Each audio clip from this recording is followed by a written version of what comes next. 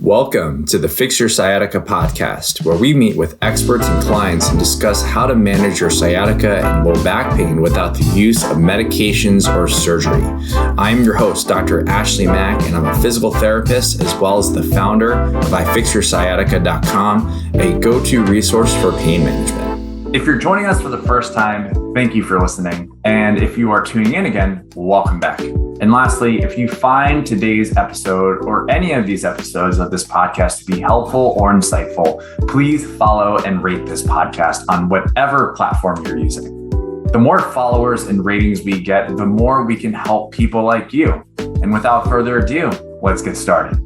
Living with sciatica pain is not fun, and moving is not fun either. And moving homes with sciatica pain is even worse. Recently, my wife and I had to move homes. Our previous landlord was selling and we needed to find a new home pretty quickly. And if you've been paying attention to the markets in real estate, buying a home is not as simple and as easy as it was before. And we had to find a place fast. So for 2 straight weeks, my wife and I actually scoured the internet to find a new home with strikeout after strikeout. There was even a point for about 6 hours where my wife and I were actually considering leaving the area entirely and start our new life somewhere else outside of the Bay Area. I even started to think, all right, well, what are the steps that I need to take to make sure that my patients in Marin County are taken care of? But that all came to an end when we found a lovely home about 25 minutes away from our old spot. And so we thought the hard part was over, or so I thought.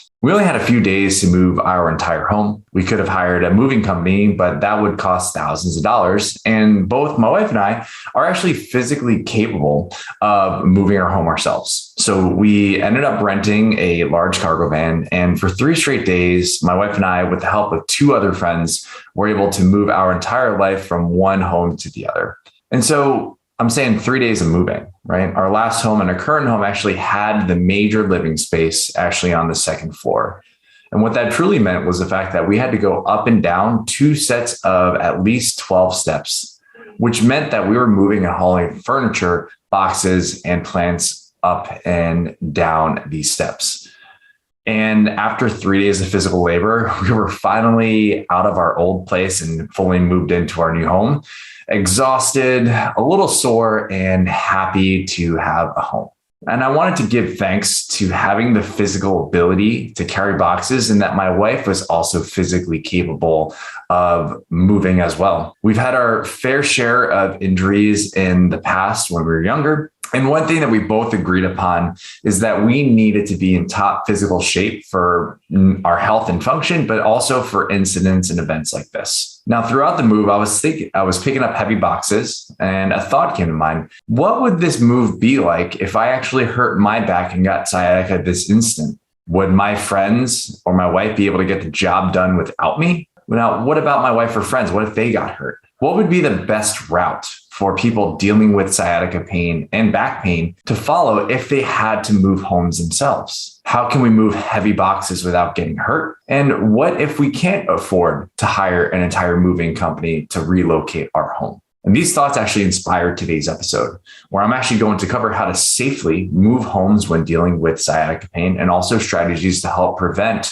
you from getting sciatica pain when moving. And so we have to answer the first question. If I got hurt or my wife or my friends who helped us move got hurt, would we still be able to get the job done? And truthfully speaking, we would be able to get the job done. It wouldn't be fun. It might place a little bit more strain on our marriage or friendships with our friends, but things would truly get done. We had to finish this.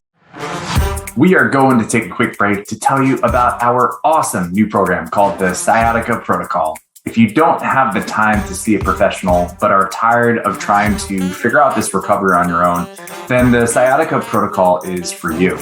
Harness the power of a knowledgeable physical therapist through your phone. It takes no more than 7 minutes per day, and it is designed to help you recover as quickly as possible. Now, having an on-demand physical therapist can cost thousands plus hours of sessions. But with the Sciatica Protocol, you'll receive the same, if not better, customized care completely free.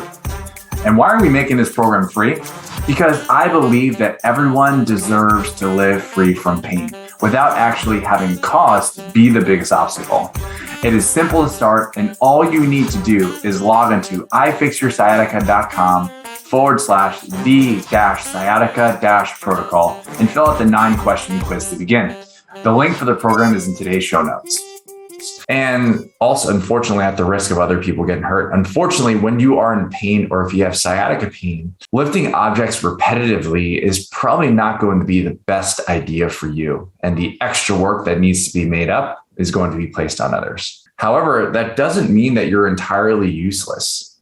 In fact, there are many other tasks in the moving process that actually does not require physical labor, and that can include setting up bills such as electric, gas, trash, internet, etc., communicating with the property manager or the realtor, whoever you're dealing with, on trying to coordinate moving times, facility walkthroughs, buying food supplies for the moving team, and providing verbal support for your teammates. As you know, support is really key in anyone's success. You can also walk around the house and identify what can be kept or kept for the move, or what can be tossed as garbage or sold. And there are many tasks that you can do to help reduce the burden of moving on your team. 3 days of constant moving, lifting, and walking up and down stairs definitely put a toll on my body and my muscles. I was sore, but I wasn't hurt. And luckily, with my physical therapy brain, there were some key strategies I actually used to ensure that I felt strong and protected when I was carrying, and also tips that I shared with my partners, my wife, and my friends. So here they were. The first one is that you have to get prepared to get sweaty and dirty. Now, obviously, timing isn't really under any of our control, and most moves usually happen during the summertime. And as a result, it's hot. And if you're not in the San Francisco Bay Area, it can get pretty humid, and there's really no avoiding it. You're going to sweat and get in contact with some dirt, dust, and other things. Once you have actually accepted this fact, you're going to be able to do one of the most important things when it comes to carrying objects, and that is getting close to the object that you're lifting. The closer you are, the more leverage you can use. I'm going to talk about that later. Number 2 is you have to use your strengths. It's not about muscling the lift. Your body is actually a series of pulleys and levers, and each area is strong in certain positions and weaker in others. Remember, when lifting an object, it is best to get as close as to that object as possible. Forget about lifting with your legs. That's an old school term. I would say shift your focus on lifting with your hips. That means that you're going to be having tight abs, your chest points at the object that you're carrying, and that also happens when you're lowering. And it's a matter of sitting those hips, not just down, but also backwards, and your abs will help protect your spine. Number 3 is asking for help when needed. You don't have to lift things on your own. In fact, if there were actually a lot of items that actually required me to actually ask for another person to help me due to the weight of the object being lifted or due to the shape. No one needs to be a hero, and you have a team at your disposal for a reason. Number 4, take frequent breaks. Moving is physically taxing.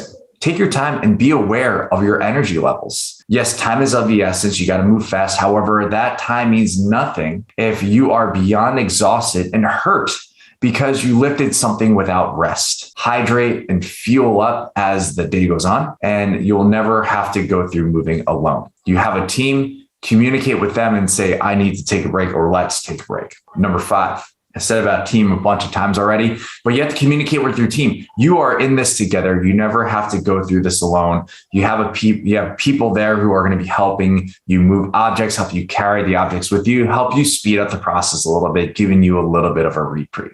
Number 6, move slowly. Again, time doesn't care if you're hurt. So move slowly, be aware of your positioning, your energy levels, and be aware of where you're stepping.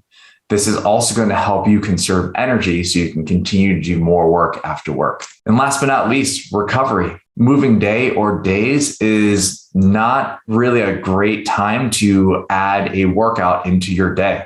You're already physically moving boxes and other items.